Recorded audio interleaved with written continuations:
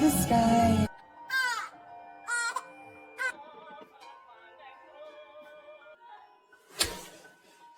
क्या एक drug addicted माँ अपने बच्चों को संभालने के लायक है? ड्रग एडिक्शन से जूझ रही माँ में भी क्या इतनी ही ममता होती है कि वो अपने बच्चे के लिए किसी भी हद तक चले जाए, उसे बचाने के लिए वो अपनी जान को भी दांव पर लगा दें? तो आज की कहानी में हम यही देखेंगे। नेस्का एक टीनेज ड्रग एडिक्ट लड़की है और अपने टीनेज की उम्र में ही वो बुरे लोगों की संगत में आकर रास्ता भटक गई थी और उसे ड्रग की लत भी लग गई थी। इतना ही काफी नहीं था कि वो गलती से प्रेग्नेंट भी हो जाती है। इस टीनेज की उम्र में उस बच्चे का कोई भी एक्सपीरियंस नहीं था। किसी की भी मदद के बिना वो खुद ही अपने बच्चे की डिलीवरी भी करती है। डिलीवरी के दर्द से भी वो अकेले ही जूझ रही थी। अपने बच्चे को लेकर उसे कैसा महसूस करना चाहिए उसे ये तक पता नहीं था, लेकिन वो फिर भी बेबी की देखभाल कर रही थी। पर वो खुद के ड्रग की आदत को भी नहीं छुड़ा पाई थी। वो अपने छोटे बच्चे को अकेला छोड़कर कभी कभी नशे का सामान भी लेने जाती थी। उसे खुद नहीं पता था कि वो अपने जीवन के साथ में क्या कर रही है। अपने घर का भाड़ा भी उसने कई महीनों से नहीं भरा था और उसका घर भी काफी गंदा था।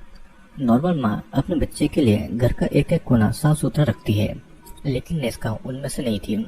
नेस्का पहले एक बैले डांसर थी, लेकिन ड्रग की लत से उसे सब कुछ छीन गया। नशे की लत तो यहाँ तक आ गई थी कि उसने अपनी चीजों को बेचकर ड्रग खरीदना शुरू कर दिया था।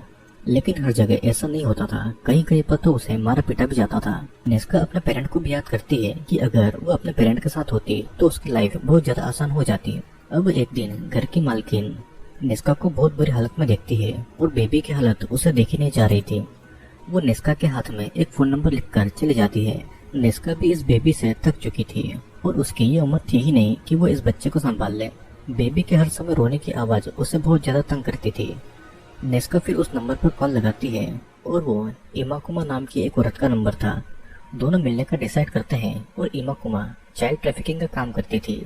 जिनको अपने बच्चों की जरूरत नहीं होती थी वो उनसे बच्चा खरीद कर उसे डबल दाम में जरूरतमंद लोगों को बच्चा बेच दिया करती थी, खास करके अमीरों को जिनको अपनी संपत्ति के लिए बेबी की ज्यादा जरूरत होती है और उनसे बच्चों की काफी अच्छी कीमत भी मिलती है। इमाकुमा के पास में अल्बीना नाम की एक लड़की आती है जो कि उसका हर काम करती है और एक नेस्का टोआ नाम की लड़की है जिसे किसी ने नहीं खरीदा था क्योंकि उसके पैरों में प्रॉब्लम थी, तो वो भी इमाकुमा के साथ ही रहा करती है। अब अगले दिन नेस्का इमाकुमा की बताई जगह पर अपने बच्चे को लेकर उससे मिलने जाती है। अल्बिनो भी वहीं पर मौजूद थी और नेस्का को देखकर ही इमाकुमा को समझ आ जाता है कि वो नशे की लत में है। वो नेस्का को कुछ पैसे देती है और नेस्का अपने बेबी को इमाकुमा को सौंप देती है। अपने बेबी को दूसरों के हाथों में देखकर उसे बहुत अजीब महसूस हो रहा था और बेबी भी अपनी माँ से अलग होकर काफी ज्यादा रोता है। बेबी के रोने की आवाज से नेस्का का दिल भी रो रहा था, लेकिन फिर भी वो अपनी जगह लौट आती है और उन्हीं पैसों से ड्रग खरीदने जाती है। वो उन पैसों से घर का रेंट भरती है और कभी कभी बेले करके वो कुछ रहने की कोशिश भी करती है, लेकिन फिर भी उसे कुछ अकेलापन महसूस हो रहा था। बेबी से उससे पहले परेशानी होती थी, लेकिन अब बेबी की आवाज सुनने के लिए वो तरस रही थी। उसके घर की एक एक चीज में उसे बेबी की याद आ रही थी और फाइनली उसे अपनी माँ की ममता महसूस होती है, लेकिन उसे इमाकुमा का नंबर याद नहीं था। बचे हुए पैसे लेकर वो फिर से उसी जगह पर जाती है जहाँ पर उसने बेबी को इमाकुमा को सौंपा था, लेकिन उसे उस जगह पर कोई नहीं दिखता है। वो आगे बढ़ती है और वहीं पर एक जगह पर बैठ जाती है और अपने बेबी को याद करती है। फिर वो पास की ही नदी में जाकर अपनी जान देने की कोशिश भी करती है, लेकिन बेबी के बारे में सोचकर वो पानी से वापस निकल आती है। उसे एक बास्केट दिखता है जो कि इमाकुमा का था और उसे पता चल जाता है कि इमाकुमा का घर आसपास ही है। वो उन सारी जगहों को ढूंढने लगती है और उसे साइकिल की आवाज सुनाई देती है। उस आवाज का पीछा करके वो एक घर तक पहुंच जाती है और वहां पर उसे अल्बिना दिखाई देती है। नेस्का उसका पीछा करती है और कुछ ही देर के बाद जंगलों से घिरा हुआ उसे एक घर नजर आता है। वो उस घर के पास जाती है और नेस्का दरवाजे पर नॉक करने ही वाली थी, तभी उसे अंदर से अल्बिना के चिल्लाने की आवाज सुनाई देती है, तो वो चुप हो जाती है। वो देखती है कि इमाकुमा किसी बात से अल्बिना को मार रही है और ये देखकर नेस्का शॉक्ड थी। उसे अपने बच्चे की और ज्यादा फिक्र होने लगी थी। कुछ देर के बाद खिड़की में देखने पर उसे अपना बेबी नजर आता है, लेकिन इमाकुमा की वजह से वो अंदर नहीं जा पाती। वो छुपकर ही सभी को नोटिस करने लगती है। इमाकुमा को भी पता चल चुका था कि नेस्का उसे छुपकर देख रही है। देर रात को फिर वो घर में एंटर करके बेबी को ढूंढने लगती है। उसे अपना बेबी मिल भी जाता है और वो बेबी को गोद में लेकर दूध पिलाने लगती है। फिर वो बाकी सभी को सोता हुआ देखकर उस बेबी को लेकर बाहर निकलने वाली थी कि तभी उसके हाथ से एक चीज गिर जाती है और उसकी आवाज से वे सभी नींद से उठ गए थे। वो बेबी को वापस पहले की जगह पर रखकर एक बेड के नीचे छुप जाती है और सुबह भी वो वहीं पर छुपी हुई थी। वो देखती है कि उसका बेबी किसी और के हाथ से दूध नहीं पी रहा है। निस्का टोआ को अल्बिना अपने बच्चे जैसा ही प्यार करती थी। उसके मन मुताबिक ही उसे सभी चीजें दी जाती थी। इमाकुमा जब सो रही थी तो निस्का अपने बेड से निकलकर अपने बेबी के पास आती है और उसके बेबी के रोने की आवाज से इमाकुमा जागने ही वाली थी, लेकिन बाहर अल्बिना की आवाज सुनकर वो बाहर चली जाती है। उसी मौके का फायदा उठाकर निस्का बेबी को पहले की जगह पर छोड़कर फिर से छुप जाती है। निस्का को भी पता था कि 2 दिन में इमाकुमा उसके बेबी को किसी और को डिलीवर कर देगी और इधर अल्बिनो के बार बार कोशिश करने पर भी बेबी उसके हाथ से दूध नहीं पी रहा था। इस बात से वो बहुत ज्यादा गुस्सा हो जाती है, लेकिन इमाकुमा के डर से वो वहाँ से चली जाती है। कुछ देर के बाद में निस्का अपने बेबी के पास में आती है, लेकिन गलती से बेबी की चीज उससे वहीं गिर जाती है। उसकी तरफ कोई आ रहा था तो वो उस चीज को उठा नहीं पाती है और वो सीढ़ियों से ऊपर के रूम की तरफ जाती है, लेकिन उसके पीछे कोई आ रहा था और वहाँ से बाहर जाने का कोई रास्ता भी नहीं था। तो वो एक दीवार के पीछे छुप जाती है। कुछ देर के बाद में वो वहाँ पर देखती है तो वहाँ पर कोई नहीं था और वो नीचे आकर छुप जाती है। वो देखती है कि निस्का टोआ उसके बेबी को गोद में उठा रही थी। वो निस्का की तरफ कुछ समय ऐसे देख रही थी जैसे वो जानती हो कि निस्का कहाँ पर छुपी है, लेकिन कुछ ही देर में वो वहाँ से चली जाती है। बाकी सब जब खाना खा रहे थे तो वो बेबी को उठाकर दूसरे रूम में लाती है और वहाँ से खिड़की से वो भागने वाली थी, लेकिन एक मकड़ी से डर के वो निकल नहीं पाती है और वापस रूम में ही गिर जाती है। उसके गिरने की आवाज बाहर बाकी सभी लोगों को सुनाई देती है तो निस्का बेबी को पहले की जगह पर छोड़कर फिर से छुप जाती है। अल्बिना भी वहीं पर चेक करने आई थी, लेकिन उसे कोई नजर नहीं आता है तो वो चली जाती है। भूखी प्यासी निस्का अपने बच्चे के लिए उसी जगह पर रुकी हुई थी और उसे बार बार उल्टियाँ भी आ रही थी।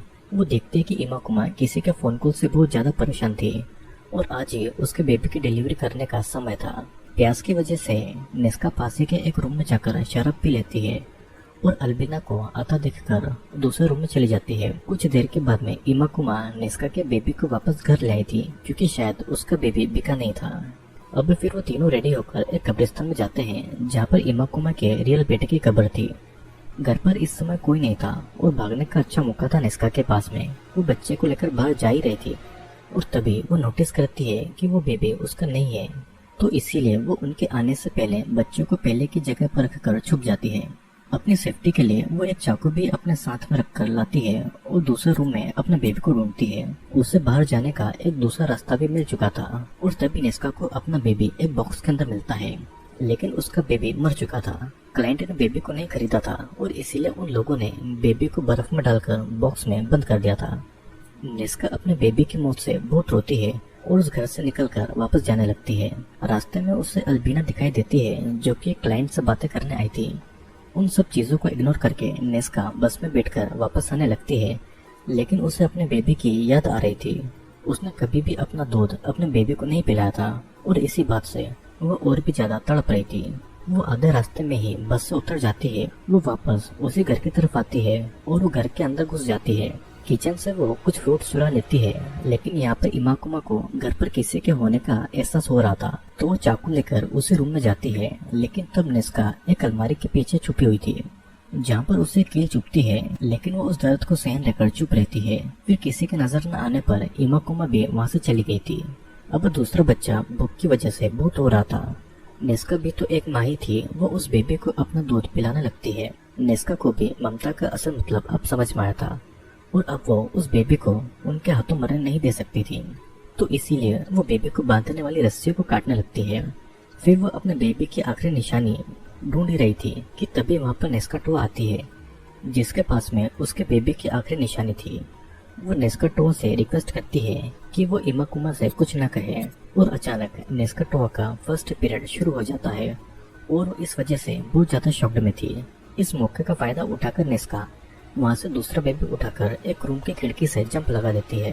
अगर वो उस दिन सही समय पर अपने बेबी को लेकर वहाँ से भाग जाती तो आज उसका बेबी भी जिंदा होता। उस बेबी को उठाकर वो भागी रही थी, लेकिन उसी समय इमाकुमा उसे गोली मार देती है और गोली उसके पैर में जा लगती है। इमाकुमा उसके पास में आकर उसे बुरी तरह से मारने लगती है और उसे खींचकर रूम के अंदर लेकर आती है, लेकिन सही समय पर एक चूहे से इमाकुमा डर जाती है और इस मौके का फायदा उठाकर निस्का उसकी गन उठाकर यहाँ वहाँ शूट करने लगती है। इमाकुमा मरने का नाटक करती है वो नेस्का के उसके पास जाते ही वो एक कांच के टुकड़े से उस पर हमला कर देती है। फिर नेस्का टोआ एक कैंची लेकर उसी के पास आती है, लेकिन तब तक गन अपने हाथ में लेकर नेस्का दोनों को कंट्रोल कर चुकी थी। फिर वो अपने बच्चे की निशानी नेस्का टोआ से लेकर वो उस दूसरे बच्चे को लेकर वहाँ से भागने वाली थी, लेकिन दूर से अल्बिना की साइकिल की आवाज वो सुन लेती है और फिर भी वो बेबी को लेकर भागती है, क्योंकि उसे पता था कि अल्बिना से नेस्का बचकर कहीं नहीं निकल सकती है। रास्ते में अल्बिना उसे मिलती है और गन दिखाकर उसकी साइकिल लेकर अपने रास्ते जाने लगती है। अल्बिना फिर भी उसका पीछा नहीं छोड़ती है और गोली की चोट की वजह से वो अपनी साइकिल को तेज नहीं चला पा रही थी, लेकिन फिर भी पूरी कोशिश करने के बाद भी वहाँ से भागकर वो उस बच्चे को छुपाकर अल्बिना को मारने के लिए छुप जाती है।